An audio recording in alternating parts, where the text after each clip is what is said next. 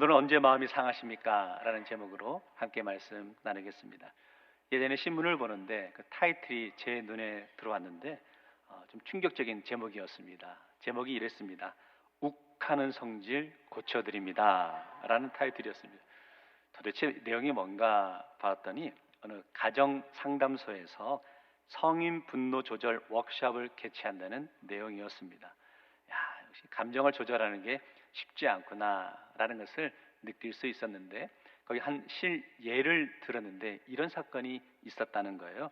어느 직장에 두 직원이 있었답니다. 한 직원이 오후에 일을 하는데 열심히 일을 하다 보니까 땀을 뻘뻘 흘려가면서 일을 하고 있었대요. 그랬더니 옆에 있던 동료가 농담조로 이렇게 말했습니다. 뭐 이 정도 일로 가지고 땀을 흘리면서 일을 하냐고 이렇게 말을 했답니다. 그런데 그 땀을 흘리던 사람이 욱하는 감정으로 흉기로 그 말한 사람을 찔러 죽게 했다는 거죠. 순간의 감정을 다스리지 못해서 엄청난 결과, 돌이킬 수 없는 상처로 남게 되었다라고 합니다. 욱하는 성격이 좋지 않다라는 것을 알지만 우리가 생활하다 보면 참 실수하지 않게 되는 것이 쉽지 않은 것 같아요.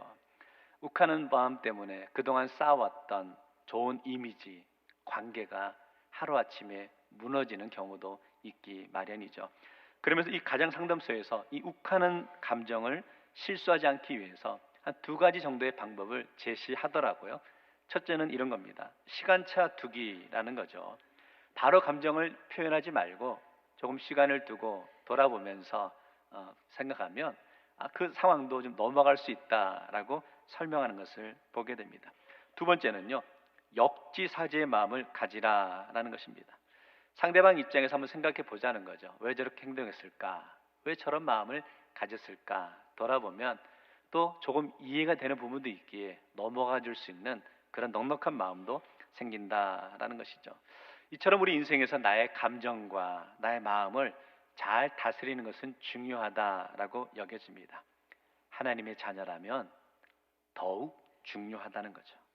그런데 문제는 뭐냐면 믿음 생활을 한다는 우리들도 때때로 우리의 감정을 참지 못하고 욱하는 마음, 자신의 감정을 조절하지 못해 실수하게 되는 경우들이 있는데, 왜 우리는 이런 실수, 잘못을 범하게 될까? 신앙의 관점에서 살펴보면 그것은 하나밖에 없다는 거예요. 그 이유는 하나님과 나와의 관계가 멀어졌기 때문이라는 거죠. 하나님과의 관계가 친밀해지면 친밀해질수록 우리가 실수하지 아니하고 올바르게 살아갈 수 있지만, 하나님과의 관계가 멀어지면 멀어질수록 실수하게 되고 감정을 내게 되고 내 목소리를 내게 된다라는 거죠. 성도 여러분, 오늘 우리들의 삶의 모습에서는 어떻습니까? 우리는 하나님과의 관계가 올바르게 세워져 있으십니까? 아니면 하나님과의 관계가 조금 멀어져 있으십니까? 하나님과의 관계가 멀어져 있음으로 인해서 내 주장과 내 감정이 앞서다 보니까 본의 아니게 실수하게 되고 상처를 주고 받는 그런 위치에 있지는 않으시냐는 거예요. 오늘 삶에서 하나님의 생각보다 나의 감정이 앞서기 때문에 욱하는 마음과 욱하는 그 감정을 우리 향한 것을 보게 됩니다. 그런 마음으로 인해서 실수하는 장면이 오늘 본문에 나오고 있는데, 오늘 본문의 배경은 이렇죠. 이스라엘 백성들이 출애굽한 이후에 홍해를 건넌 다음에 광야 생활을 거의 마무리하는, 쉽게 생각하면 출애굽기 거의 40년의 시간이 끝나가는 그런 시간이었습니다. 이제 가나안 입성을 얼마 남지 않은 시점에서 조금이라도 빨리 가나안 땅에 가고 싶었습니다. 조급한 마음이 이스라엘 백성들에게 들었던 것이죠. 그래서 에돔 땅을 가로질러 가면 가나안 땅에 좀 빨리 갈 수 있다라고 얘기해서 에돔 왕에게 자신들의 의사를 제시하죠. 우리가 아무것도 건드리지 않고 그냥 이 길만 이용해서 가겠습니다라고 요청했지만 에돔 왕은 허락지 않게 되었죠. 그래서 어쩔 수 없이 에돔 땅을 가로지르지 못하고 돌아가게 되는 상황이었습니다. 그때 그 길을 돌아가는 과정 속에서 이스라엘 백성들이 원망하고 불평하는 내용이 오늘 본문에 나오고 있죠. 마음이 상하게 되고 결국 하나님과 모세를 원망하게 되었습니다. 영적으로 하나님과 관계가 완전히 무너지게 되었죠. 그 모습을 보시고 하나님께서 원망하던 자들에게 심판하시며 불뱀에게 물려 죽게 하셨죠.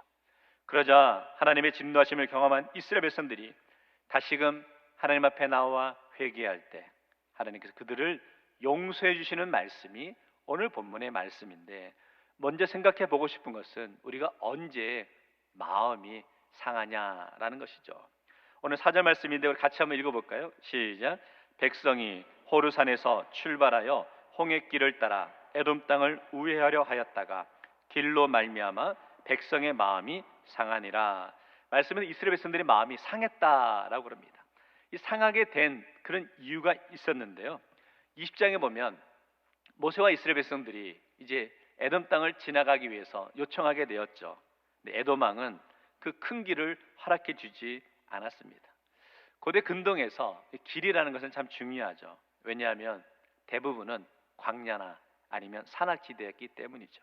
잘 닦인 길이 있다는 것은 군사적으로 또 무역적으로 중요한 역할을 하게 되었습니다. 그런 상황에서 이 길은 가나안으로 가는 지름길이었습니다. 지나가기 편한 길이었죠. 그런데 에돔 왕이 자기네 영토를 통과하는 것을 거절하죠. 20장 18절에 보니까요, 에돔 왕이 대답하되 너는 우리 가운데로 지나가지 못하리라. 내가 칼을 들고 나아가 너를 대적할까 하노라. 에돔 왕이 허락하지 않게 되자 할 수 없이 이스라엘 백성들은 우회하며 가게 되었습니다. 그때 이스라엘 백성들의 마음이 상했다라고 표현하는 거죠. 성도 여러분, 이스라엘 백성들이 마음이 상한 이유가 무엇입니까? 그거죠. 자신들이 가고 싶은 길로 가지 못하고 돌아서 가게 된 것에 대한 불평이었습니다. 빨리 에돔을 통과해서 가나안 땅에 들어가고 싶었는데 지나가지 못하니까 마음이 심하게 무너지고 갈등하는 것을 보게 되는 거죠. 무엇이 문제냐? 조급한 마음이 문제였다는 거죠. 끝까지 인내하지 못하는 이스라엘 백성들의 연약함의 모습을, 어리석은 모습을 보게 되는데, 사실 이스라엘 백성들이 처음 홍해를 건넌 후에 지금까지 40년 가까이 광야 생활을 해왔습니다. 그런데 문제 뭐냐? 마지막이 보이거든요. 끝이 보이거든요. 그런데 끝이 보이는데 빨리 갈 수 없게 되자 그들의 마음속에 원망하는 마음이, 불평하는 마음이 들었다라는 거죠. 마지막 고비를 넘지 못하고 마음이 상해서 하나님과의 관계가 끊어지는 것을 보게 됩니다. 성도 여러분, 오늘 우리 모습은 어떨까요? 때로는 돌아갈 줄도 알아야 하는데 눈에 보이는 것 같고 무조건 빨리 결과를 보기 위해서 앞으로 지름길로만 가려 하다가 그것이 내 뜻대로 되지 않아 상처받고 실망하신 적이 있지는 않습니까? 성도는 조급한 마음을 버려야 합니다. 때로는 돌아가는 길도 받아들일 수 있는 성도 되시기를 주의 이름으로 축원합니다. 사실 우리가 우회도로로 돌아가는 인생을 살아간다고 여길 때 억울한 마음이 듭니다. 왜냐하면 다른 사람은 참 잘만 그 길로, 좋은 길로 가는 것 같습니다. 왜 나만, 나의 인생만 돌아가야 되는지 받아들이기 어렵고 속상할 때가 있죠.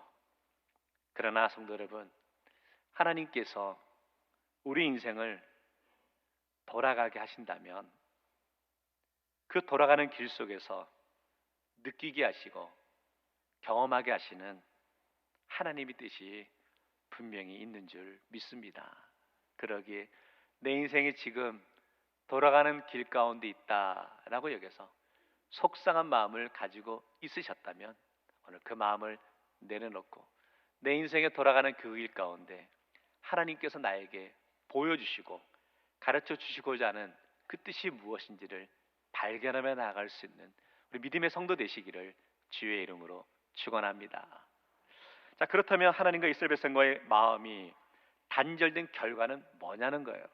오늘 5절 말씀에 보니까 이렇게 표현하고 있는데요, 백성이 하나님과 모세를 향하여 원망하였다. 원망하였다. 하나님과 이스라엘 백성들의 관계가 단절되었을 때 백성들의 표현은 원망이라는 거죠.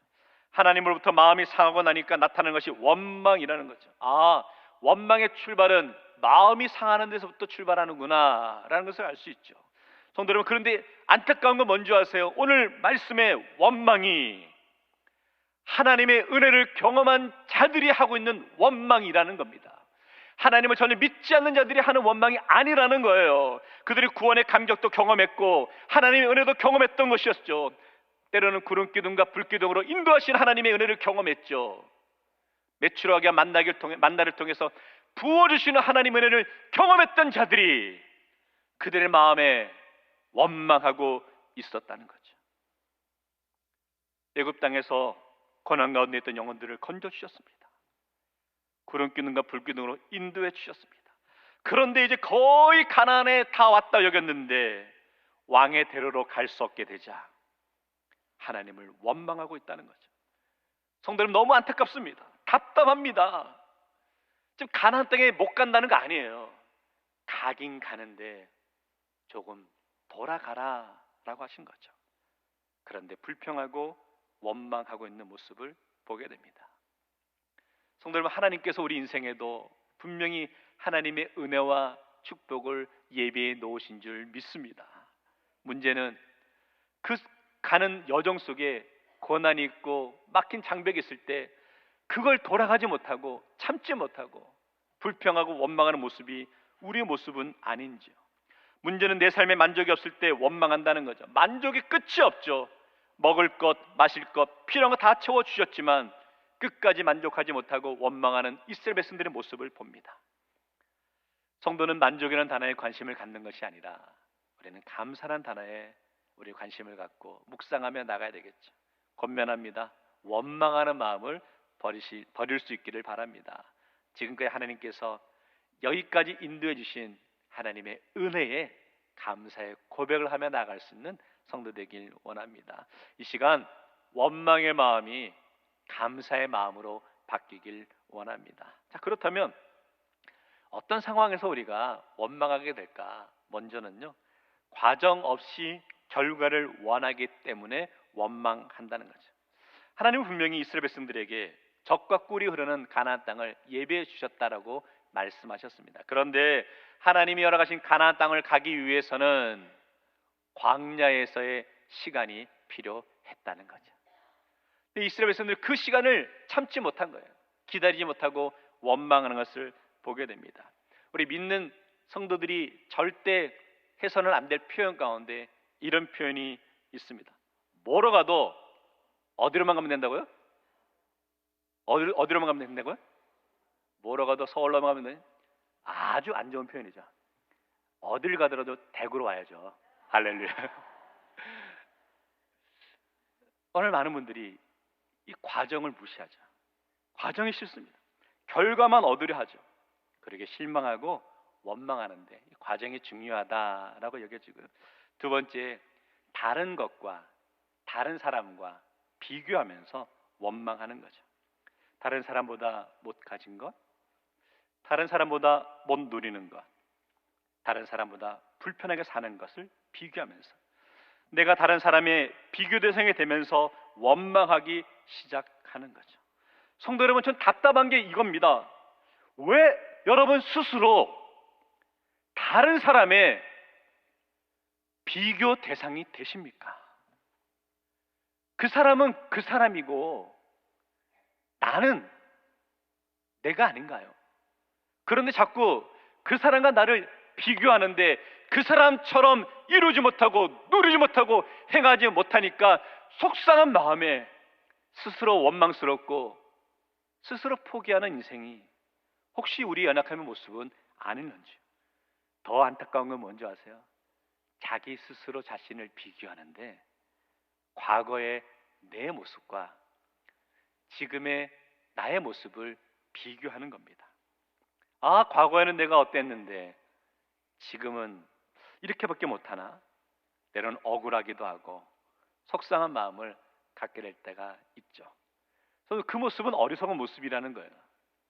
그런데 오늘 이스라엘 백성들은 과거에 자신들의 모습과 비교하며 지금 자신의 인생에 불편하다고 누리지 못한다고 원망하고 있죠. 우리 5절 말씀 다시 한번 같이 읽어볼까요? 시작. 백성이 하나님과 모세를 향하여 원망하되 어찌하여 우리를 애굽에서 인도해 내어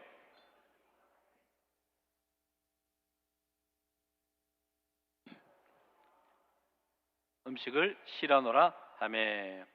과거에는 잘 먹고 잘 살았다는 겁니다. 그런데 광야 생활하면서 특별히 가난을 앞두고 빠른 길로 가지 못하고 돌아가야 한다니까 옛날 생각이 났다는 거죠. 그래서 원망하고 있죠. 사실은 맞지 않는 말이죠. 노예 생활에서 그들이 누렸으면 얼마나 누렸겠습니까? 그런데 이런 원망하는 마음이 생기니까 과거와 지금의 모습을 비교하며 원망하고 있다는 거죠. 성도 여러분, 어쨌든 간에 과거의 모습과 비교하지 마십시오. 과거에 주님을 알지 못할 때 세상적으로 잘 나갔던 그 시절, 왕년의 여러분의 모습과 비교하지 마십시오. 왜 자꾸 과거의 죄악의 자리로 나가려 하십니까? 룻기서에 보면 시어머니 나오미가 남편과 두 아들을 잃고 난 후에 이제 다시 고향으로 돌아가려 합니다. 그러면 두 며느리에게 너희들의 고향으로 돌아가라, 과거의 자리로 돌아가라 라고 말하죠. 룻기 1장 8절에 이렇게 말합니다. 너희는 각기 너희 어머니의 집으로 돌아가라. 11절에서도 나오미가 이르되 내 딸들아 돌아가라. 나오미는 자신의 인생은 절망스러웠습니다. 포기할 수밖에 없는 인생이다 라고 여겼죠. 그래서 두 며느리에게도 너희들의 과거로 돌아가라 라고 말합니다. 그러나 룻은 돌아가지 않고 시어머니를 따라갔죠. 구원의 자리, 은혜의 자리로 간 것을 보게 됩니다. 하지만 또 다른 며느리였던 오르바는 시어머니를 따라가지 않고 그의 과거로, 옛자리로, 우상을 섬기는 고향으로 돌아가고 말았죠. 운전의 용어로 표현하면 그들의 인생 가운데 장애물이 있으니까 유턴을 해서 과거의 모습으로 돌아간 것을 보게 됩니다. 성도 여러분, 우리의 인생이 과거로 돌아가서는 안 된다는 거죠. 힘들다고 장애물이 있다고 포기하고 다시 과거의 자리로 가서는 안 된다는 거죠. 성도 여러분, 내가 계획한 길로 갈 수 없을 때 너무 속상하지 마십시오. 원망해하지 마십시오. 반드시 하나님께서 우리 인생을 책임져 주시고 인도해 줄 줄 믿습니다. 믿음의 사람답게 인생의 어려움, 아픔 속에서도 하나님이 예비하신 앞을 바라보며 조금은 돌아가는 인생일지 모르지만 분명히 하나님이 우리의 삶에 허락하신 축복과 은혜의 자리가 있음을 믿기에 묵묵히 담대히 그 길을 걸어갈 수 있는 성도 되시기를 주의 이름으로 축원합니다. 두 번째, 그래서요, 하나님의 구원을 얻기 위해 회개해야 합니다. 하나님께서 원망하고 있던 이스라엘 백성들을 심판하시는데 6절 말씀에 이렇게 심판하시죠. 여호와께서 불뱀들을 백성 중에 보내어 백성을 물게 하심으로 이스라엘 백성 중에 죽은 자가 많은지라. 하나님 범죄한 자들에게 불뱀을 통해서 물리게 해서 죽게 하시는 심판을 행하시죠. 사람은 연약한 존재이기에 누구나 죄를 짓고 실수할 때가 있죠. 문제는 자신이 지은 죄를 깨닫고 돌이키는 모습이 중요하다라고 여겨집니다. 오늘 말씀에서 이스라엘 백성들은 범죄한 자리, 실수의 자리에서 멈추어서죠. 그리고 돌이켜서 하나님 앞으로 나오는데 우리 7절 말씀은 같이 읽습니다. 시작. 백성이 모세에게 이르러 말하되 우리가 여호와와 당신을 향하여 원망함으로 범죄하였사오니 여호와께 기도하여 이 뱀들을 우리에게서 떠나게 하소서. 모세가 백성을 위하여 기도하매. 이스라엘 백성들이 자신들의 죄를 깨달았어요. 하나님 앞에 나와 철저히 회개하고 있어요. 모세를 찾아가 기도를 요청하고 있죠. 하나님의 은혜를 잊어버렸던 이스라엘 백성들, 완악한 백성이었지만 불뱀의 공격 앞에 그들은 두 손을 들고 말았습니다.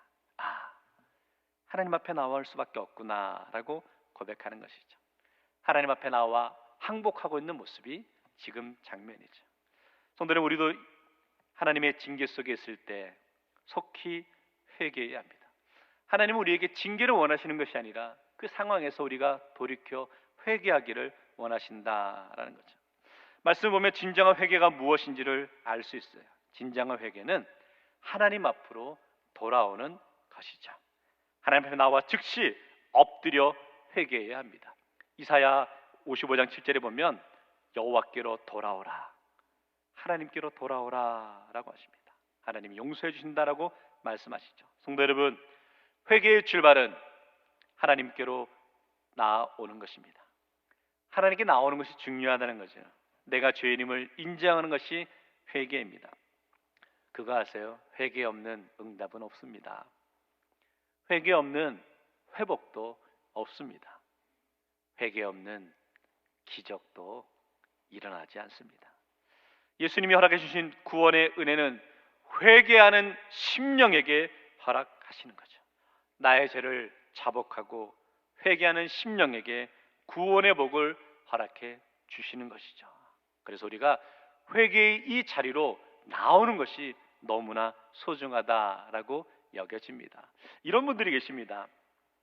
목사님, 제가 교회는 가고 싶은데 지은 죄가 많아서 못 가겠습니다 라고 하시는 분들이 계십니다. 이런 분들은 꼭 이런 것과 같은 거죠. 목욕탕은 가야 되겠는데 뭐가 많아서 못 간다고요? 때가 많아서 못 가겠다라는 것과 똑같은 거예요. 성도 여러분, 우리가 주님 앞에 나온 것이 우리가 깨끗해서 대단해서 나온 것이 아니잖아요. 하나님 앞에 나올 때 어떤 자격, 조건이 필요한 게 아니라는 거죠. 회개의 기본은, 주님 앞에 나오는 기본은 우리의 있는 모습 그대로 나오는 것이 중요하다라고 여겨지고, 오늘 이 시간 잘 나오셨습니다. 부끄럽고 연약함의 모습이 있지만 오늘 그 모습 그대로 주님 앞에 나온 그 모습을 우리 주님이 기뻐하시고 우리를 품어주시고 우리를 용서해 주실 줄 믿습니다. 결국 회개하며 나오는 심령에게 하나님께서는요, 순종을 요구하십니다. 심하게 아프게 되면 병원을 찾아가죠. 그러면 우리 의사 선생님들이 처방전을 써주십니다. 처방전대로 약을 지어서 먹으면 몸이 낫죠. 오늘 병들어 있는 아파하는 이스라엘 백성들에게 하나님께서 처방전을 써주시는데, 우리 8절 말씀 같이 읽어볼까요? 시작. 여호와께서 모세에게 이르시되 불뱀을 만들어 장대 위에 매달아 물린 자마다 그것을 보면 살리라. 하나님의 처방전은 불뱀을 만들어 장대를 달라는 거죠. 그리고 그것을 보는 자는 살 것이다, 회복될 것이다 라고 말씀하십니다. 의아합니다. 아니, 하나님께서 회개하는 이스라엘 백성들을 용서해 주실 거면 그냥 깔끔하게 깨끗하게 다 나아라 라고 용서해 주시면 될 것 같은데, 회복해 주시면 될 것 같은데, 굳이 불뱀을 만들어서 장대에 달고 그것을 보는 자가 회복될 것이다 라고 말씀하고 있을까? 하나님의 의도는 그거 아니겠어요? 하나님의 말씀에 순종하라는 거예요. 그 불뱀에 달은 그 노뱀이 무슨 능력이 있겠습니까? 그러나 하나님의 말씀을 믿고 순종해서 고개를 든 사람은 회복의 삶을 허락하신다라는 거죠. 노뱀을 바라본다는 것은 하나님의 말씀에 대한 권위를 인정하는 것이죠. 노뱀을 쳐다보는 과정 속에서 나타나는 교훈이 바로 순종이라는 거죠. 성도 여러분, 이것이 믿음이고 이것이 순종이라는 거예요. 생각해보면 이스라엘 백성들이 고개를 들어 불뱀을 바라보는 게 쉬운 게 아닙니다. 왜냐하면 지금 이스라엘 백성들이 가장 보기 싫은 게 뱀이었기 때문이죠. 뱀 때문에 죽고 있어요. 뱀 때문에 그들이 절망하고 있어요. 그런데 또다시 뱀을 보라는 거예요. 지금 자신들이 고통받고 있는 원인이 뱀 때문이라니까요. 가장 하고 싶지 않은 게 뱀을 바라보는 것이겠죠. 그런데 하나님은 뱀을 바라보라 라고 말씀하시는 거예요. 그리고 뱀을 바라볼 때 그들이 병이 낫게 되는, 회복되는 기적이 나타난다는 거죠. 이게 믿음이고 이게 순종이라는 거죠. 하나님께서 때때로 우리에게 무엇을 행하라 말씀하시죠. 명령하시죠. 그런데 우리의 마음속에 이런 마음이 들죠. 하나님, 그것만큼 하고 싶지 않습니다. 왜 나에게 이런 시련을 주십니까? 그 자리가 싫다니까요. 그거 하고 싶지 않다니까요. 라는 마음이 들 때가 있지 않습니까? 그런데 하나님께서 그 자리로 그것을 바라보라, 그 일을 감당하라 라고 말씀하실 때 우리가 믿음으로 그 일들을 감당하며 순종하며 나아갈 때에 하나님의 기적이 우리의 삶에서 일어난다라는 것이죠. 인간적으로 하고 싶지 않지만, 받아들이기 어렵지만, 그것까지 순종하고 그 자리로 나아가는 것이 성숙한 성도의 모습인 줄 믿습니다. 결국 믿음의 사람은 주님을 바라보는 것이죠. 9절 말씀 이렇게 말합니다. 모세가 놋뱀을 만들어 장대 위에 다니 뱀에게 물린 자가 놋뱀을 쳐다본즉 모두 살더라. 특별히 여기서 놋뱀을 바라본다라는 것은 신약에 와서 십자가에 달리신 예수님을 바라보는 것을 의미하고 있는 것이죠. 요한복음 3장 14절 말씀 같이 읽어볼까요? 시작. 모세가 광야에서 뱀을 든 것 같이 인자도 들려야 하리니. 다시 말하면 장대 위에 달린 놋뱀은 십자가에 달리신 예수님을 의미하는 것이죠. 이것은 요르단에 가면 느보산에 이제 모세 기념교회 옆에 보면 전망대가 있습니다. 거기에 이제 놋뱀을 형상화한 십자가의 놋뱀을 형상화한 놋뱀 십자가 있는데 이탈리아 조각가 지오바니 판토니의 작품이죠. 사진 제공은 제가 했습니다. 성도는 예수님을 바라봐야 한다는 겁니다. 십자가 달리신 예수님께서 나의 죄를 대신 지시고 나를 구원해 주신 분이라는 사실을 믿고 바라보는 것이죠. 성도 여러분, 예수님을 바라본다는 것은 우리가 구원받기 위해서도 예수님을 바라봐야 하지만 구원받은 성도의 삶을 살아가면서도 우리의 시선은 항상 예수님을 바라보는 삶을 살아가야 되는 줄 믿습니다. 고난도 무섭지만 고난으로 인해서 우리 영적인 삶이 무너지는 것이 더 무섭습니다. 저는 우리 대구제일교회를 섬기면서 성도들의 모습 가운데 인생의 어려움 속에 고난 속에 힘들어하시는 모습을 보면 참 마음이 아픕니다. 그런데 제 마음속에 더 큰 두려움은 이런 것이죠. 성도분들의 인생에 고난이 있을 때 그 고난으로 인해서 성도분들의 영적인 삶이 무너지지는 않을까, 영적으로 더 하나님으로부터 끊어지고 멀어져서 원망하지 않을까라는 그런 두려움이 저에게 있습니다. 성도 여러분, 인생의 위기가 올 때 하나님과 관계가 멀어져서 하나님을 원망하고 불평하는 모습이 아니라 인생의 위기가 올 때 우리 인생의 영적인 고개를 들어 주님을 바라보며 나갈 수 있는 심령이 되기 원합니다. 오늘 이 시간은 그 주님의 십자가를 바라보는 시간이 되어야 되지 않을까요? 그래서 예배 시간이 중요합니다. 바쁘고 힘들어서 예배를 드리는 것이 어렵다라고 여겨지십니까? 그러므로 더 열심히 예배의 자리를 사모하십시오. 힘드니까 더 열심을 내셔서 이 자리에 나오십시오. 마음이 상하셨다면 이 자리에 나와서 고개를 들어 주님을 바라보십시오. 이 자리가 우리 영혼의 회복의 자리가 될 줄 믿습니다. 말씀을 정리하겠습니다. 회개의 자리로 부르시는 것이 하나님의 은혜죠. 우리는 회개라는 단어를 들으면 조금 부담됩니다. 죄인된 느낌이 들고 불편하기도 하고 공포의 단어가 아닌가라고 여겨지지만 회개라는 단어는 우리를 살리려는 하나님의 사랑의 의미가 담겨 있습니다. 그래서 회개라는 말은 축복의 메시지라는 거죠.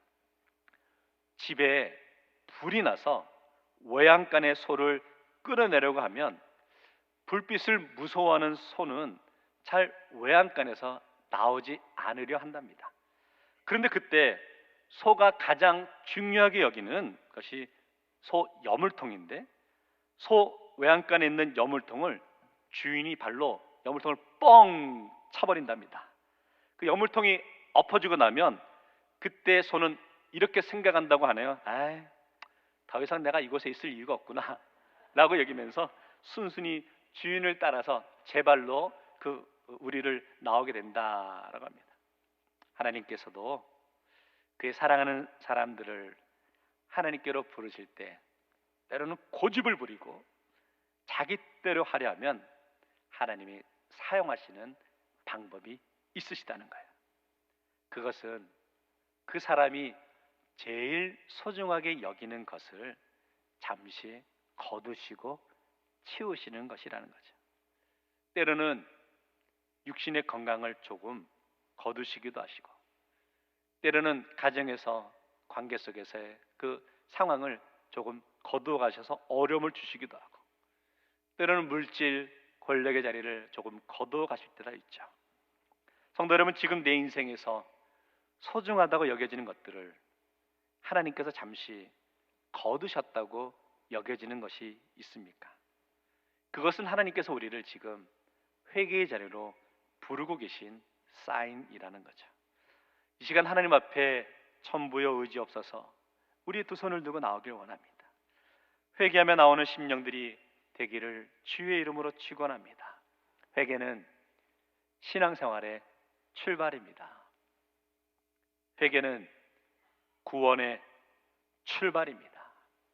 고개를 들어 예수의 십자가를 바라보며 온전히 주님이 나에게 허락하신 인생길을 때로는 굽이굽이 돌아가는 것 같지만 그 속에 하나님의 은혜와 축복이 있음을 믿고 담대히 그 길로 걸어갈 수 있는 믿음의 성도 되시기를 주의 이름으로 축원합니다. 기도하겠습니다. 사랑의 주님, 감사합니다. 하나님, 오늘 이스라엘 백성들 그들이 가고자 하는 길이 있었는데 그 길이 막혀 돌아가는 과정 속에서 하나님 관계가 멀어져 불평하고 원망했던 모습, 하나님 그 모습이 혹시 우리의 모습은 아니었는지요? 오늘도 우리가 걸어가는 그 길 가운데 참 막히고 답답해서 원망스럽고 불평하지만 하나님은 그 상황 가운데 우리를 부르시고 회개의 자리로 인도하심을 다시 한번 깨닫습니다. 오늘 이 자리에 마음이 상해 나온 신년들이 있다면 그 마음을 위로하시고 회복시켜 주시고 온전히 하나님의 뜻을 깨닫게 하시고 다시 한번 믿음으로 전진하며 나아갈 수 있는 우리 대구제의 성도도 한 분 한 분 될 수 있도록 은혜 허락하여 주옵소서. 예수님 이름으로 기도하옵나이다. 아멘.